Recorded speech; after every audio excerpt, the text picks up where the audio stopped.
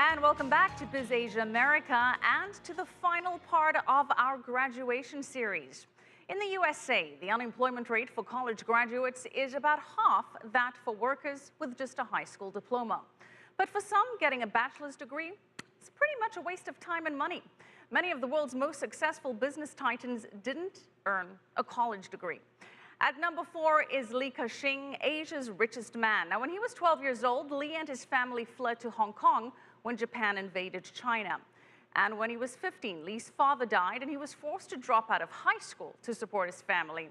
Li got his start selling watches at his uncle's store, and that's where he developed a work ethic that saw him venturing into everything from plastics to real estate with tremendous success. And now this high school dropout has a fortune of over $31 billion. And coming in third is Larry Ellison with a net worth of $43 billion. In 1977, Ellison put up just $2,000 to start what would become Oracle, the world's second largest software company. Ellison briefly attended the University of Illinois as well as the University of Chicago, but he didn't stay long enough at either to receive a degree. And fashion mogul Amancio Ortega is Spain's richest man and second on our list. Ortega dropped out of high school at 14 and worked at a shirt store. At the age of 27, he started his own company making bathrobes. 12 years later, he opened his first clothing store called Zara, now a popular retail chain around the globe. His fortune is worth over $57 billion. And the richest man in the world is our top college dropout, Bill Gates. He now has a net worth of about $67 billion, and he was an unemployed Harvard dropout when he founded Microsoft in the mid-70s.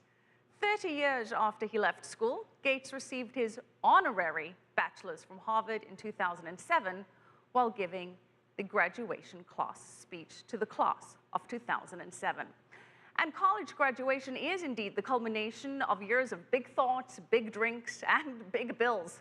Student loan debt in this country now stands at a staggering $1 trillion. Many business and finance leaders had to take on debt too. So what is their message to this year's graduates? Lorna Shattuck reports. Trussed up in a cap and gown, you're waiting for the rest of your life to begin. Yes, it's college graduation, and you're hoping for some inspiring words from a respected business leader. George Marshall used his address to graduates at Harvard back in 1947 to announce the Marshall Plan for rebuilding Europe. Fast forward to 2013, and today's graduation speakers weren't quite so ambitious. H equals S minus F. Happiness equals smiles minus frowns. Nonetheless, they did also offer more personal advice on subjects ranging from climbing the career ladder to finding a life partner. Federal Reserve Chairman Ben Bernanke urged Princeton seniors not to seek wealth for its own sake. I'm not going to tell you that money doesn't matter, because you wouldn't believe me anyway. But if you're part of the lucky minority with the ability to choose, remember that money is a means and not an end. A means to what, though? Melinda Gates thinks she knows, being perceived to be out of touch. Now, some people assume that Bill and I are too rich to make a connection with somebody who's poor, even if we have the right intent. But I want to tell you that words like rich and poor, they don't define who we are. And she says technology helps break down those barriers. If you make the moral choice to connect deeply with others, then your computer, your phone, the internet, it makes it so much easier to do today. The current CEO of Twitter ought to know what a career in tech can do. A former stand-up comedian, Dick Costolo, gave graduates at the University of Michigan a history lesson. When I was your age, we didn't have the internet in our pants. We didn't even have the internet not in our pants. That's how bad it was. I know I sound like my grandfather right now. We didn't have teeth. There were no question marks. We just had words. So what have we learned? Maybe that happiness plus money plus technology equals a great commencement speech. Congratulations, class of 2013. Lorna Shattuck, CCTV, Washington.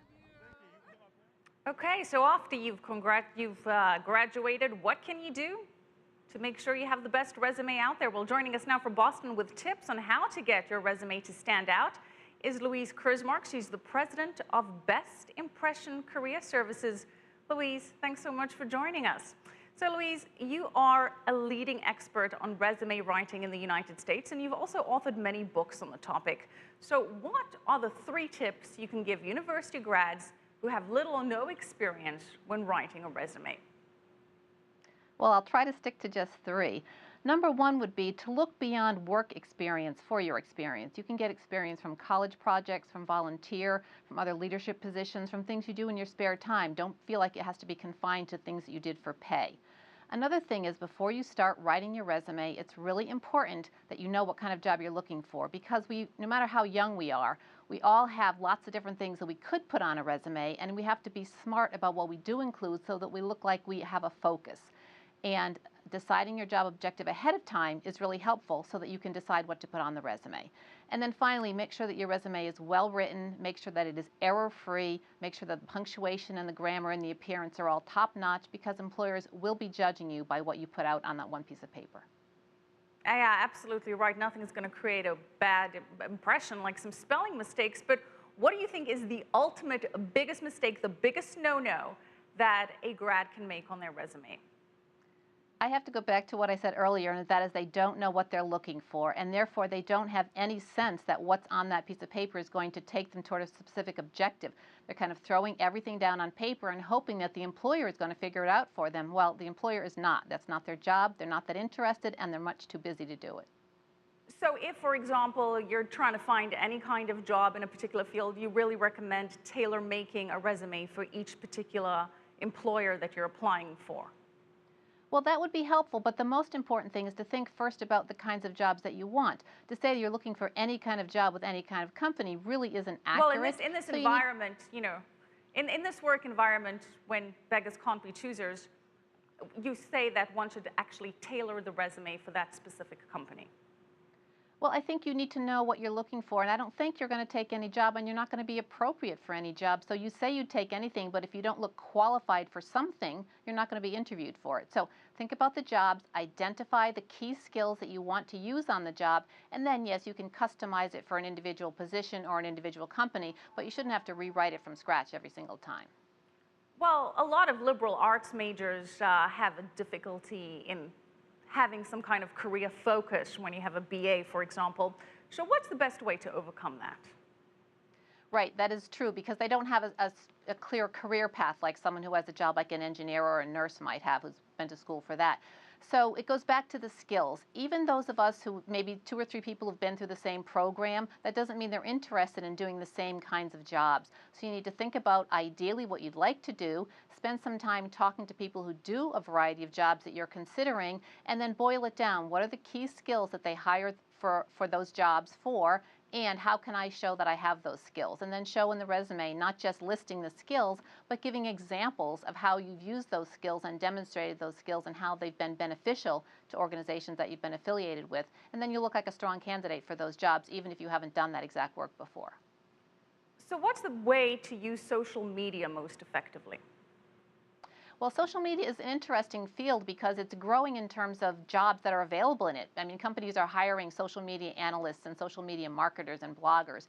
So if you're interested in doing that kind of work, then you want to show that you're very comfortable in that environment and you're already skilled doing that work for your own benefit. But even people who aren't going to be getting jobs in social media can still use it to position themselves so that when an employer searches for them on the internet or checks them out, after they've applied, they're going to find a really consistent and clear and professional image online through the use of Twitter, through the use of blogs, through the use of a LinkedIn profile, through the use of anything that you're saying or doing on the internet that is going to be supporting your professional image and not just your personal interests. And with regards to creating that professional image, we know that photos can get you into some hot water on Facebook, but is it a good or a bad idea to include a photograph in a LinkedIn profile? On LinkedIn, I think it's absolutely essential, and you should have a very professional, clean headshot, not a fuzzy picture and not something where your face is not distinguishable. It's perfectly acceptable and recommended to have the photo on LinkedIn. And on Facebook, you can have photos too. What you don't want to have is anything that's questionable or that's going to make it look like you have bad judgment to a potential employer. Okay, thank you so much for that insight, Louise Kursmark, President of Best Impression Career Services. And that wraps up CCTV's week-long series on college graduation. And you can watch our reports again on our YouTube business channel, BizAsia America, in case you need more tips or you want to revisit some of the tips we gave you. We have more business news in the next half hour, but now it's back to Washington for today's world and national news.